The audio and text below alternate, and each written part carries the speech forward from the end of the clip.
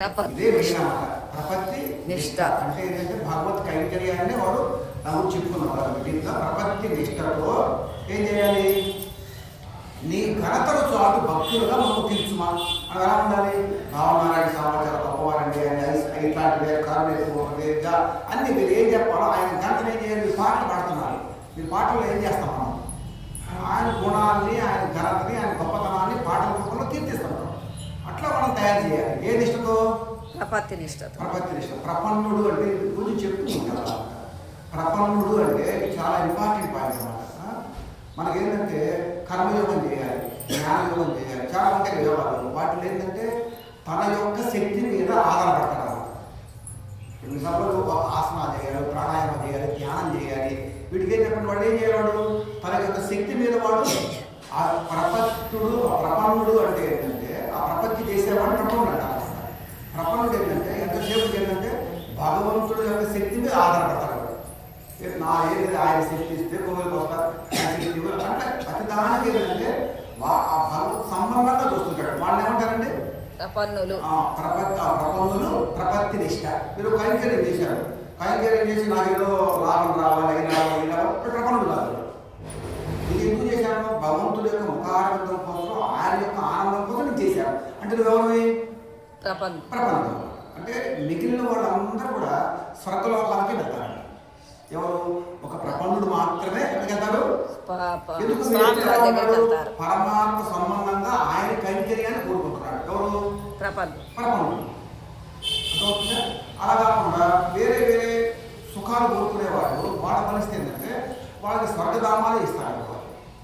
స్వర్గధామాల్లో ఉంటే వాళ్ళ స్వర్గం అనుభవిస్తూ వాడికి వాళ్ళ దుఃఖం ఉంటుందట. మీరు గమనించారా? ఇప్పుడు స్వర్గలోకంలో ఉన్నారండి, వాడికి అర్థమైంది నా టైం అయిపోతే నేను ఇక్కడి నుంచి షిఫ్ట్ అయిపోవాలి అని ఎరుకైతే వాడికి ఉంటుంది. చిన్నప్పుడు యాక్టివ్గా ఉన్నాం, పెద్ద అయితే ఇంకొంచెం పోయి పెద్దవాళ్ళని చూసాం, మహిళ మీకు రేపు 60-70 వస్తే మేము అట్లా ఉంటాం కదా అని ఒక కార్డు వచ్చింది అన్నమాట ఆలోచన. అవునా కదా? చెప్పండి. 60-70 ఉంటాం కదా, ఇంకా 90 వస్తే వాడు ఇంకా కనబడుతున్నాం మా వదిలి వచ్చింది కదా, అట్లా అట్లా వస్తాను కనీసం ఆలోచన. అంటే స్వర్గంలో ఎంత ఉన్నా దాన్ని అనుభవిస్తున్నా వాడు ఆలోచన ఉంటుంది, నేను ఎప్పుడుకైనా ఇక్కడి నుంచి ఖాళీ చేయాల్సిందే ఈ పోస్టు, ఇక్కడి నుంచి ఖాళీ చేసి తర్వాత పాపం అనుభవించడానికి నరకానికో మళ్ళా అక్కడ కిందకు వచ్చి ఏదో చేయాలని చేయాల్సి వస్తుంది. వాడి యొక్క గుణాలను బట్టి, వాడు చేసుకున్న కర్మలను బట్టి చేస్తారు. కానీ ప్రపంచం నిశ్చంతగా ఉంటాడు. ఎప్పుడు 25 సంవత్సరాల వయసులో పరంపదలో నిత్యం కైంకర్యంలో ఉంటాడు. ఏ కైంకర్యంలో మన దేవాలయంలో కొంతమంది వడ్డీ ఇవ్వంటే మేమండి వడ్డీ ఇవ్వండి ఏమంటారు? మేము వచ్చి అక్కడ పూలు కడతామంటారు అన్నమాట. ఇంకోటి పూలు కట్టమంటే మేము వెళ్ళి చిమ్ముతామండి అని చెప్పంటారు. అంటే మీకు రకరకాల కైంకర్యాలు, మీరు ఏ రకం కైంకర్యం కావాలంటే ఆ రకం షిఫ్ట్ అయిపోవడం. ఎక్కడ సేవలు పరంపదను ఓకే ఆ యొక్క ప్లేస్ స్వామివారి ఉండే ప్లేస్. కానీ అక్కడ ఎవరికి అర్హత ఉంది? అక్కడ ప్రపన్నుడికి మీరు క్వాలిటీ అన్నమాట. మిగిలిన స్వర్గ సుఖాలు కోరుకునే వాళ్ళకి అక్కడికి వెళ్ళే అవకాశం లేదన్నమాట. ఈవెన్ ఆరోగ్యం కూడా ఆడుకుంటున్నారు. కురపాడు వారికి ఆయన రామానుజు వారికి నేత్రాలు ఇచ్చారు. రామానుజు వారి సంబంధంగా నేత్రాలు పీకేస్తారు. ఏది రామానుజు వారికి నేత్రాలు ఆ స్టోరీ మనకు ఎంతీగా ఉంటుంది. కళ్ళు తీసేయాల్సి వచ్చింది. భగవంతుడు అడుగు చూస్తుంటాడు. ఏం చూస్తుంటాడు? ఒక్కసారి కొత్త అలవాటు నాకు ఆ నేత్రాలు ఇవ్వమని అడిగితే ఇవ్వాలన్నా ఈయనేమో అడగడు, అడగండి ఆయన కూడా కళ్ళ పోతుంది కదా. అర్థమైంది. అంటే అంత నిష్టగా కళ్ళు ఆయన సందర్భంలో గురువు గారి కోసం తీసేసే పరిస్థితికి వెళ్ళినా కానీ నేత్రాలు అడగ. దాన్ని బట్టి మనం ఎంత చిన్న వాడు చదువుతాం. కాబట్టి ఏంటంటే ప్రపంచంలో ఉన్నారు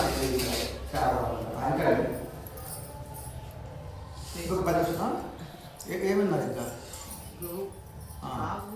దూడలు వచ్చినాయి, మనం వదిలారు, దూడలు వచ్చినాయి, పాలు ఇస్తున్నాం అన్నట్టుగా భావించి అలా పాలు ధారగా. అట్లాగే పరమాత్మ కానీ ఆడవాళ్ళు ఆచార్యులు వాళ్ళు మనకి మనం అడగకపోయినా భావించి వీళ్ళని ఉజ్జీవింప చేయాలి అనే భావంతో అవి ప్రబంధాలు.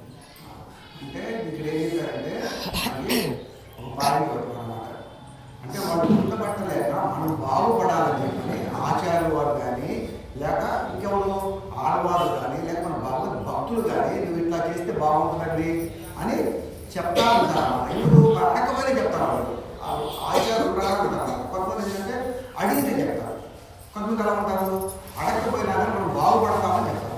కొంతమంది అడిగినా చెప్పరు, అడిగినా కూడా రకరకాలుగా ఉంటారు. కానీ మన ఆచార్యులు కానీ మన ఆడవాళ్ళు కానీ ఎలా ఉంటారంటే ఎంత చాలా ధైర్యం మనం ఉజ్జీవింపజేయడం కోసం వాళ్ళు అనుభవిస్తున్న ఆ యొక్క స్థితిని మనకు అందియాలి అనే భావంగా ఏం చేస్తారు వాళ్ళు మనకి అడగకపోయినా కృపతో మనకి అందిస్తున్నారు అని తెలియాలి. కానీ మనం ఏం చేస్తాం, దాన్ని కూడా అడుగుతాం.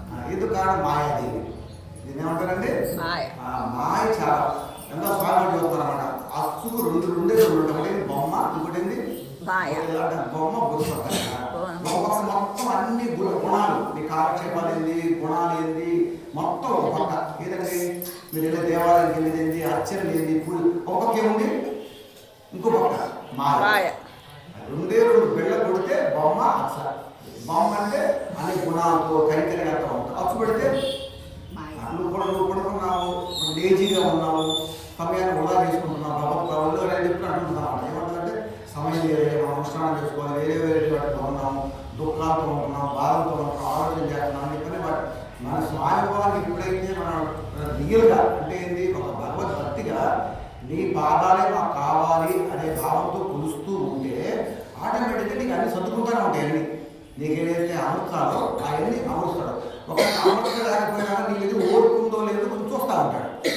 ఒకేసారి ఓర్పుకోవచ్చు, కొన్నిసారి ఓర్పుగా చూస్తుంటాడు. ఓర్పుగా చూసి ఓకే ఓర్పుగా అయినా కూడా నా మీదే ఉన్నాడు, నా మీదే విశ్వాసం ఉంది అని చూసి ఏం చేస్తాడు మన దాన్ని నీకు అప్పుడుదా మనం కోరుకున్నాం. చూపడదా వచ్చి ఆ 99వ పాయింట్ జారిపోతాం. కాబట్టి ఆయన పాదాలే మనకు రక్షణగా పెట్టుకోవాలి. కృపతో మన విన్నాపడాల్సిన ఉంటుంది. ఇలా మీరు అక్కడ ఉన్నారు, ఏమేమి చేసామండి, ప్రదక్షిణ చేసే అవకాశం ఉంది, ప్రదక్షిణ చేయండి అని చెప్పి చిన్న సలహానే కదా. వాళ్ళకి అలవాటు లేకపోతే ఏం చేస్తాం, బాగా లైవ్లో చుట్టూ తిరిగిరాము. అది తిరిగితే నీకు ఒక ఎకం ఉంటుంది. కానీ మనం పుణ్యం కోసం చేయడానికి కాదు అక్కడ. మనం ఏంటంటే ఇంద్రియాలు ఉంటాయి కదా మనకి. ఇంద్రియాలు ఎప్పుడు కూడా ఏంటంటే ఏదో ఒక పనిలో ఉండాలి, మర్చిపోతే ఇది రహస్యం అన్నమాట. ఇంద్రియాలు అనేది కళ్ళు కానీ, చెవులు కానీ, ముక్కు కానీ, నోరు కానీ అన్నీ ఏంటంటే ఏదో ఒక పనిలో ఉండాలి. పనిలో లేకపోతే అవి ఏమవుతాయంటే యాక్టివ్నెస్ పోయింది, దానికి చురుకుతనం పోయింది. సెకండ్ మళ్ళీ ఇంకోటి ఆ ఇంద్రియాలు ఎలా ఉంటాయంటే ఇంకో వైపు తీసుకెళ్తుంది, అంటే నెగిటివ్ వైపు తీసుకెళ్తుంది. మనం ఇప్పుడు ఏం చేయాలి, దాన్ని భగవత్ సంబంధంగా దాన్ని మరుస్తూ ఉన్నాము. మరుస్తున్నామంటే ఇంద్రియాలు ఏం చేస్తుంటాయంటే అలవాటు కొంతకాలం చేయంగా ఏమవుతాయి, అలవాటు ఇంకా ఇంకొక 5 నిమిషాలు. ఇంకా ముందు వచ్చినాడు విన్నాం కదా, నువ్వే విన్నావు అన్నా.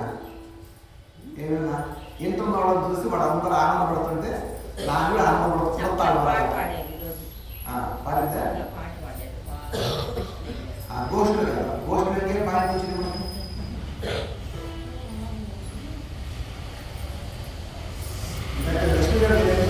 గోష్ఠులో తర్వాత వచ్చా కనీసం కాలక్షేపం మనకి ఇది చాలా ఇంపార్టెంట్ సత్సంగం. ఆ మాట మిస్ అవ్వకూడదు అన్నమాట. ఎంతో అర్జెంట్గా ఉంటే పర్లేదు, కానీ ఇంకా మరీ మీరు కర్మ మరీ బాగా ఉంటే తప్ప కాలక్షేపం మిస్ కావద్దు. నువ్వేనా వచ్చావమ్మా, ముందు వచ్చావా, గోష్ఠి ఉన్నావా, పాయింట్ చెప్పచ్చు కదా.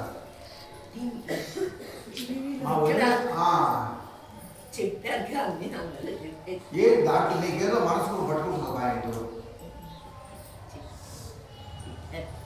ఏదో మనకేంటంటే ఒక గోష్ఠి చేసుకున్నామంటే ఏకాగ్రతగా మనం అక్కడ ఏం నేర్చుకుంటున్నాం దాన్ని ఎట్లా మనం ఆచరించాలని భావం రావాలంట. ఇట్లాంటి స్థితి మనం అనుకోవాలి, భగవంతుడు ఆయన కోరుకోండి అంటే అందుకు ఏకాగ్రత రావాలి. చక్కగా మనందరం కోరుకున్నాం. సాయంత్రం ఏంటంటే మన ఎవరు ఏంటంటే ఇందిరా అనే నామకు డెఫినేషన్ చెప్పారు అన్నమాట. ఇవాళ ఇందిరా అనే నామం ఏంటంటే పరమేశ్వరి ఉంటారు. ఇందిరా అంటే ఏంటంటే లక్ష్మీదేవి అంటాం ఆ పేరు. కానీ ఏంటంటే పరమైశ్వర్యం డైరెక్ట్గా మీనింగ్ చెప్పమంటే పరమైశ్వర్యం. పరమైశ్వర్యం ఏంటి, ఐశ్వర్యం ఉన్నాయంట, కాళ్ళు బిల్డింగ్లు ఇతర మళ్ళీ. కానీ భగవంతుడు ఐశ్వర్యం అంటే భగవంతుడు చెప్పకూడదు. భాగవత ఆచార కైంకర్యం. నీకు సేవ లేకపోతే స్వరూపమే లేదు. అవన్నీ భగవంతుడు చూడవచ్చు, అది కాదక్కర్లా. కానీ ఏంటంటే పరమేశ్వరం ఏంటంటే భగవత్ కైంకర్యం, ఇంకోటి భాగవత ఎన్ని ఉన్నాయండి హాయిగా చేసుకుని ఇప్పుడు వెళ్ళిపోతా ఉంటారు అందరూ. ఎవరు ఎదురు వాళ్ళకి అదృష్టం, వాళ్ళ కైంకర్య సేవ దొరికింది వాళ్ళకి. మిగిలిన వాళ్ళు ఏం చేశారు, ప్రసాదం కింద వచ్చి వెళ్ళిపోయారు. అదొక భాగం అంతే. వీళ్ళు ఎవరైతే కైంకర్యం చేస్తున్నారో, ఎవరైతే సేవ చేస్తున్నారో మళ్ళీ స్వామి ఇప్పుడు అది పిహెచ్డి స్థాయి. దర్శనం ఇది తప్పు కాదు, దర్శనంకి వచ్చాము అన్ని చూసుకున్నాము అన్నీ వెళ్ళిపోతున్నాము. దాని ఎంతవరకు దాన్ని ఒక ఖాళీ 10th క్లాస్ స్థాయి. అందుకే మనకి సత్యసాయిబాబా గారు కూడా ఆర్గనైజేషన్ ఏం చెప్తారు, వాళ్ళు ఫస్ట్ 2 సర్వార్, ఇంకోటి ఏంటి లవ్. దాంట్లో మళ్ళీ ఆయన హార్ట్ ఎవరిని బాధ పెట్టవాక ఇప్పుడు కూడా అట్లా జీవించాలి కదా. అంటే దానికి ఏం చెప్పారు మనకి, ఇప్పుడు సర్వీస్ అనేదే కైంకర్యం. పెద్దవాళ్ళు వాళ్ళంతా వేదాలు మొత్తం కూడా అనుష్ఠానం చేసి 2 వాక్యాల్లో మనకి చెప్పేశారు, అన్ని 2 పదాల్లో చెప్పేశారు. కాబట్టి మనకి ఐశ్వర్యం ఏంటి, భాగవత ఆచార్య కైంకర్యం, అది ఐశ్వర్యం. అది లేకపోతే మనం ఎన్నున్నా కానీ ఉపయోగం లేదు. శరీరం తగ్గట్టు మనం చేసుకోవచ్చు కైంకర్యం. మా ఈ చిన్న కైంకర్యాలు ఉంటాయి, కొంచెం కుర్చీలో కూర్చొని చేసుకోవచ్చు. మా మొదలు సేవ కొడుకుంటున్నారంట, ఏమి దొరకట్లేదు సేవ. సరే నేను ఎవరు దగ్గరలో లేక మిక్సీలో పళ్ళు ఇచ్చి ఫ్రూట్ జ్యూస్ చేయమని దగ్గరలో ఎవరు లేదు, వెళ్ళిందన్నమాట. వాళ్ళ ఇంటికి పంపించి జ్యూస్ చేసి తమ్మన్నా స్వామివారికి. తర్వాత నాకు వచ్చి చాలా ఆనందంగా షేర్ చేసింది అన్నమాట. ఏదో చేయాలనుకుంటున్న స్వామివారికి నాకు ఏమి చేయలేకపోతున్నా, మా ఇంటికి పంపించాము నువ్వు ఆ పళ్ళు అన్ని జ్యూస్ చేసి ఇవ్వని చెప్పి తీసుకొచ్చింది. చెయ్యాలని తప్పన ఉంది, భగవంతుడు ఏదో రూపంలో ఆమె పంపించి అది చేసేటప్పుడు ఆనందపడింది అన్నమాట కైంకర్యం. జై శ్రీమన్నారాయణ. కనుక ఈరోజు 12వ రోజు కొంతమంది కవర్లు తీసుకొచ్చి కవర్తో దాంట్లో పెట్టేస్తాను, గమనిస్తున్నాను. తీసి పంపండి మీరు దాంట్లో కవర్ దాంట్లో పెట్టేస్తున్నారు. మీ వెళ్ళి దాని వల్ల